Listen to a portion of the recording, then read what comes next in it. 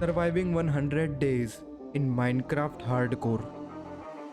मैंने normal Minecraft तो बहुत खेला है पर कभी भी हार्डकोर माइनक्राफ्ट नहीं खेला, क्योंकि अगर मैं गलती से भी एक बार भी मर जाता हूँ वर्ल्ड में तो world is deleted for ever. तो यह है मेरी जर्नी 100 डेज सर्वाइव करने की इन हार्डकोर माइनक्राफ्ट। तो ये है वो वर्ल्ड गाइस जिसमें मैं करने जा रहा हूँ अगले 100 डेज तक सर्वाइव। तो डे 1 को मेरा मेन फोकस यही रहेगा कि मैं जल्दी से जल्दी थोड़ा बहुत आयरन माइन करके फुल आर्मर बना सकूँ आयरन का और एक विलेज ढूंढ सकूँ, और इसी के साथ एंड होता हुआ अपना डे 1।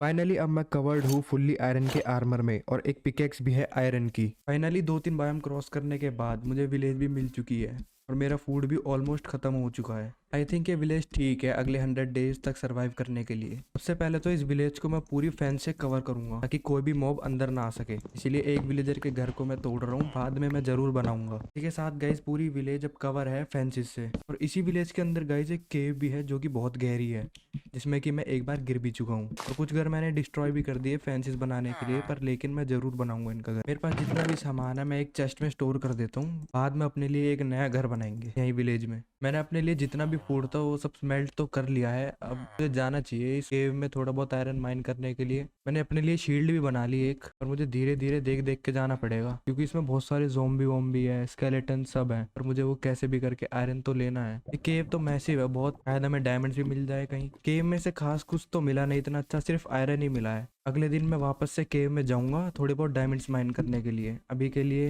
हो जाते हैं, तो बारिश भी स्टार्ट हो गई। डायमंड्स माइन करने के लिए सबसे पहले तो मुझे एक विलेजर को लेक्टन की जॉब देनी पड़ेगी ताकि वो मुझे फॉर्चून दे सके, ताकि मुझे एक डायमंड के बदले 2-3 डायमंड मिल सके।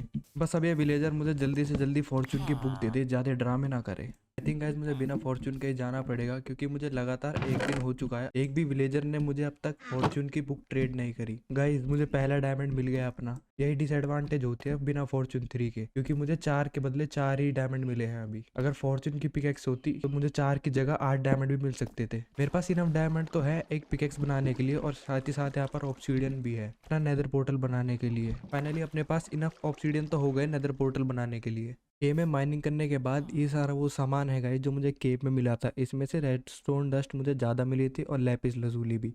और बिना फॉर्चून 3 के मेरे पास सिर्फ 9 ही डायमंड्स है। मेरे पास एक लास्ट ऑप्शन ही है डायमंड का आर्मर बनाने के लिए विलेजर से ट्रेडिंग करने का, जो मैंने पिछले ही वीडियो में किया था अपनी।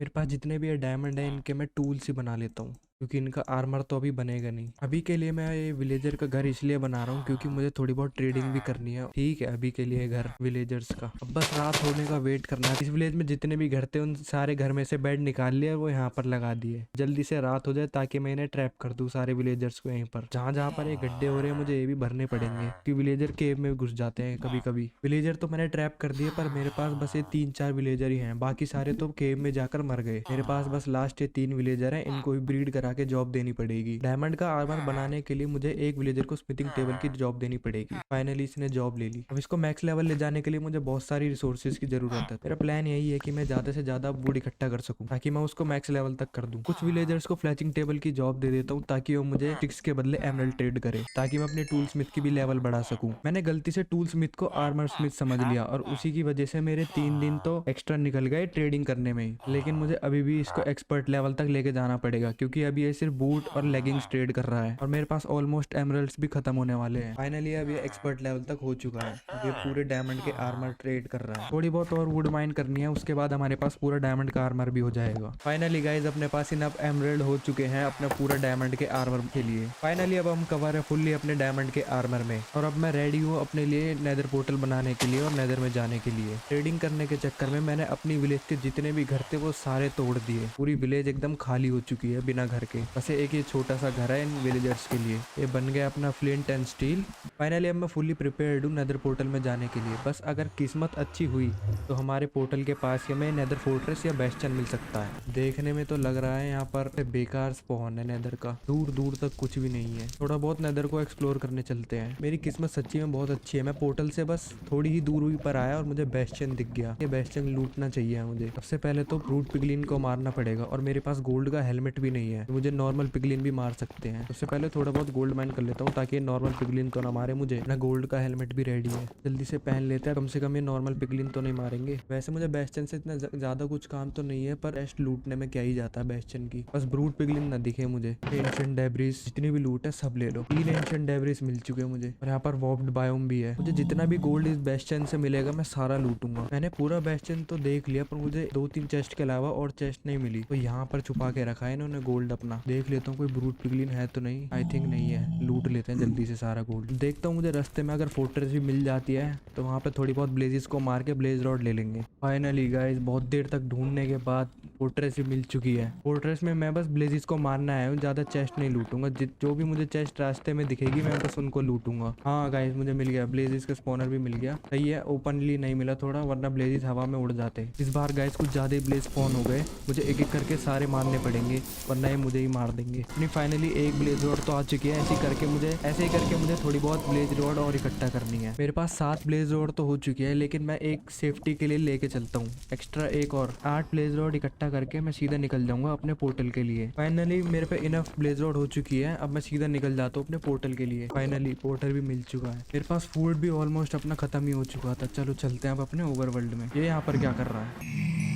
तो यह है गाइस वो सारा सामान जो मुझे नेदर से मिला था। बेस्टियन में मुझे 3 नेदरराइट के स्क्रैप मिले, फोर्ट्रेस में मुझे एक स्मिथिंग टेम्पलेट भी मिला था और साथ ही साथ मेरे पे 16 ब्लॉक ऑफ गोल्ड है और मुझे नेदर फोर्ट्रेस में भी 3 डायमंड मिले, जिसे मिला के मेरे पास अब हो चुके हैं 6 डायमंड। अब मैं रेडी हूँ अपने लिए एक घर बनाने के लिए। ये एरिया ठीक है अपने लिए घर बनाने के लिए, क्योंकि मुझे ज्यादा फ्लैट भी नहीं करना पड़ेगा। एरिया ऑलरेडी फ्लैट है बहुत। सबसे पहले तो मुझे थोड़े बहुत रिसोर्सेज इकट्ठा करने पड़ेंगे घर बनाने के लिए। तो गाइस ये है वो सारा सामान जिससे कि मेरा घर बनेगा। अभी सारा सामान तो नहीं है और थोड़ा बहुत मैंने एरिया भी क्लीन करा है अपने घर के लिए। घर को बनाने से पहले उसका लेआउट बनाना बहुत जरूरी है। तो ऐसा कुछ बनने वाला है अपना घर गाइस। अभी के लिए फ्लोरिंग मैंने स्प्रूस के स्लैब से कर दिया, बाद में देखते हैं अगर चेंज करेंगे तो। इस बिल्ड में मैंने स्प्रूस की वुड का ज्यादा यूज करा है। बाहर से दिखने में घर तो बहुत अच्छा लग रहा है, अभी बस इंटीरियर और छत अभी बाकी है घर की बनानी।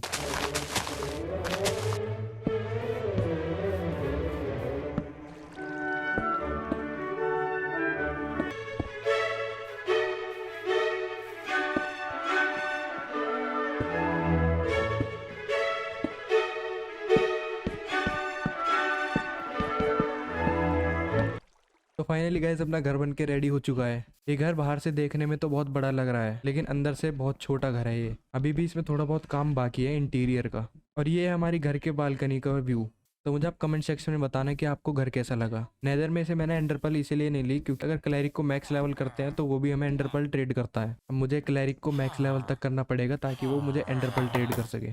तो गाइज अब मैं फुल्ली रेडी हूँ एंडर ड्रैगन से फाइट करने के लिए। और मैंने टूल स्मिथ से भी एक पिकेक्स ले ली जिसमें थोड़ी सी अच्छी इंचार्टमेंट्स तो है। और फ्लेचर से मैंने एक बो भी ली जिसमें पावर अनब्रेकिंग 2 है। और थोड़े बहुत रॉकेट्स बना लिया अपनी लाइट्रा के लिए। तो चलो चलते हैं सीधा अब ड्रैगन को मारने के लिए। मैंने सिर्फ 200 ब्लॉक ट्रेवल करे और मुझे एक और विलेज भी मिल गई। पर मेरा विलेज से भी कोई काम तो है नहीं, फिर भी थोड़ी बहुत लूट के चलते हैं विलेज को। और रास्ते में जितने भी शुगर कैन मिल रहे हैं मैं उन्हें साथ ही साथ कलेक्ट भी कर रहा हूँ। फाइनली गाइज अब नीचे की तरफ जा रही है आई ऑफेंडर। मेरी 2-3 आई ऑफेंडर तो टूट भी चुकी है ऑलरेडी। स्ट्रेट डिग डाउन करने लग जाता हूँ। फाइनली गाइस मुझे एंड स्टोन तो दिख रहे हैं। आ गए लाइब्रेरी वाले रूम में आए डायरेक्ट। सही है क्योंकि मुझे इंचांटिंग टेबल के लिए बुक्स तो चाहिए थी। यहीं से ही माइन कर लेते हैं, कम से कम 1-2 स्टैक लेके चलते हैं बुक्स का। मेरे एक्स की एचपी भी ऑलमोस्ट खत्म होने वाली है। फाइनली गाइस पोर्टल रूम भी मिल चुका है, लेकिन ये फ्रेम तो पूरा ही खाली है। सबसे पहले जितने भी टावर्स हैं उन्हें डिस्ट्रॉय कर देता हूँ। सबसे पहले तो इसे थोड़ा बहुत डैमेज कर देता हूँ एरो से ही। ड्रैगन की हाफ एचपी तो हो चुकी है, लेकिन ये अब तक पर्च नहीं करा।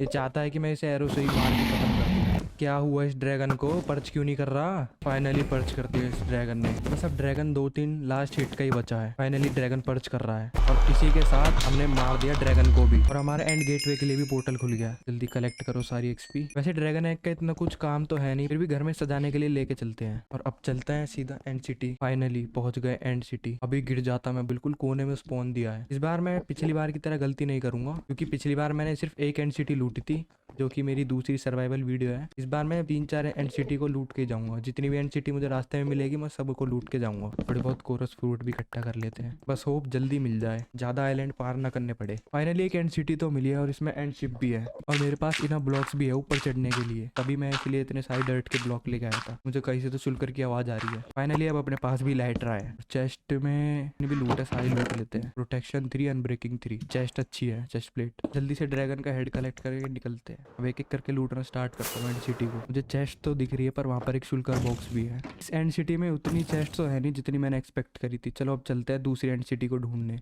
अब आसान है एंड सिटीज को ढूंढना क्योंकि मेरे पास लाइटर है और मिल भी चुकी है एक एंड सिटी। बहुत क्लोज थी इस एंड सिटी के, बस इसमें एंड शिप हो। इस एंड सिटी में एंड शिप तो है ही नहीं, तो फायदा नहीं है कुछ लूटने का। इस वाली एंड सिटी में एंड शिप भी है और मेरे पास ऑलमोस्ट 10 रॉकेट्स ही बचे हैं। फाइनली अपनी दूसरा लाइटर भी ले ली। थर्ड फोर्थ मेरे पास रॉकेट भी ऑलमोस्ट खत्म हो चुके हैं, बस 2 ही बचे हैं और मेरी एक ही लाइटर तो पूरी खत्म भी हो चुकी। और मैंने यहीं पर एक एंड गेटवे भी देखा था, ये रहा। चलो चलते हैं आप सीधा ओवरवर्ल्ड में। तो गाइस ये है वो सारा सामान जो मुझे एंड सिटी से मिला था। मैं सिर्फ 4 ही लाइटर ही लूट पाया क्योंकि मेरे पास सारे रॉकेट्स भी खत्म हो चुके थे और एक ही लाइटर तो मेरी ऑलमोस्ट खत्म ही होने वाली थी। और मुझे थोड़े बहुत ट्रिम्स भी मिले और मुझे सिल्क टच वाली पिकेक्स भी मिली थी। तो मैंने एक एंड चेस्ट भी ले ली थी। कुछ आर्मर्स में तो बहुत अच्छे अच्छे इंचेंटमेंट्स भी है। Protection 4, unbreaking 3, fire protection 4, mending, unbreaking 3। मेरे पास तो ऑलमोस्ट ठीक ठाक आर्मर ही है जिसमें प्रोटेक्शन 4 और अनब्रेकिंग 3 है। कुछ आर्मर में सिर्फ लैगिंग में अच्छी इंचेंटमेंट है, अनब्रेकिंग 3, प्रोटेक्शन 4 और मेंडिंग की। और इसी के साथ अपना फाइनली इंचेंटिंग रूम भी रेडी है। सबसे पहले तो देखते हैं अपनी एक्स में क्या इंचेंटमेंट आएगी। एफिशिएंसी 4, अनब्रेकिंग 3 और एफिशिएंसी 4 ठीक है, बस इसमें अब मेंडिंग की जरूरत है। पिकेक्स में फॉर्च्यून 3 और अनब्रेकिंग है, बस मेंडिंग चाहिए और एफिशिएंसी चाहिए। अभी के लिए मैंने इस विलेजर को हैंड टैप कर दिया कि मैं नहीं चाहता अभी अपनी विलेज में रेड करवाने के लिए। भूत बना दिया मार मार के। अपनी फॉर्च्यून की पिकेक्स भी अब रेडी है, बस इसमें मेंडिंग की जरूरत है। अब एक एक करके अपने आर्मर को डिसइंचेंट करके इंचेंट करता हूँ। अभी के लिए कुछ आर्मर ऐसा है, बस मुझे कुछ विलेजर को मेंडिंग की और प्रोटेक्शन की जॉब देनी पड़ेगी। I am back guys. तो मैंने थोड़े बहुत चेंजेस करे इस वर्ल्ड में, जैसे कि दिख ही रहा होगा। मैंने छोटा सा एक वीट का फार्म और शुगर केन का फार्म बनाया रॉकेट्स के लिए और मैंने अपने लिए एक अंडरग्राउंड बेस भी बनाया है क्योंकि मेरा घर ही अंदर से बहुत छोटा है, इसमें ज्यादा स्पेस भी नहीं है। इसीलिए मैंने फ्यूचर के लिए बेस बनाया है जिसकी सीढ़ियां अभी थोड़ी कैजुअल है, लेकिन मैं जल्दी ठीक करूंगा। जैसे मैं सीढ़ियों से उतरूंगा तो यहाँ पर ये खत्म हो जाएगा क्योंकि मैं अभी इसको पूरा बना नहीं रहा। ये प्लान मेरे फ्यूचर के लिए, इसमें मैं जल्दी कुछ ना कुछ बिल्ड करूंगा। अभी के लिए बस यही दिखाना था। और मैंने कुछ विलेजर्स को ब्रीड करा के उन्हें बड़े होने के बाद मैंने लेक्टन की जॉब दी ताकि मैं उनसे मेंडिंग, प्रोटेक्शन और अनब्रेकिंग की बुक ले सकूं अपने आर्मर्स के लिए और टूल्स के लिए। लेकिन कुछ दिनों तक उन्होंने नखरे बहुत करे,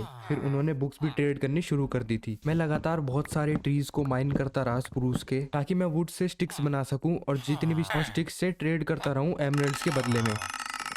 और इस विलेजर से मैंने बहुत ट्रेडिंग करी। उसने फाइनली मुझे प्रोटेक्शन 3 की बुक दे दी थी, तो मैंने उसे वहीं पर लॉक कर दिया ताकि वो अपनी जॉब चेंज ना कर दे। और साथ ही साथ मैंने अपने पूरे आर्मर में अनब्रेकिंग 3 और मेंडिंग की बुक भी लगा ली और अपनी लाइटर में भी, ताकि ये टूटे ना जल्दी। अपनी स्वॉर्ड के लिए मैंने मेंडिंग और अनब्रेकिंग की बुक तो ले ली। अब मुझे ये स्वॉर्ड कंबाइन करने के लिए 17 लेवल चाहिए। के बाद अपनी स्वॉर्ड बिल्कुल ओपी हो जाएगी। अब मुझे थोड़ी बहुत और ट्रेडिंग करनी पड़ेगी विलेजर से एक्सपी के लिए। फाइनली गाइस ऑलमोस्ट 19 एक्सपी हो चुकी है। अब जल्दी से कंबाइन कर देते हैं अपनी दोनों स्वॉर्ड को।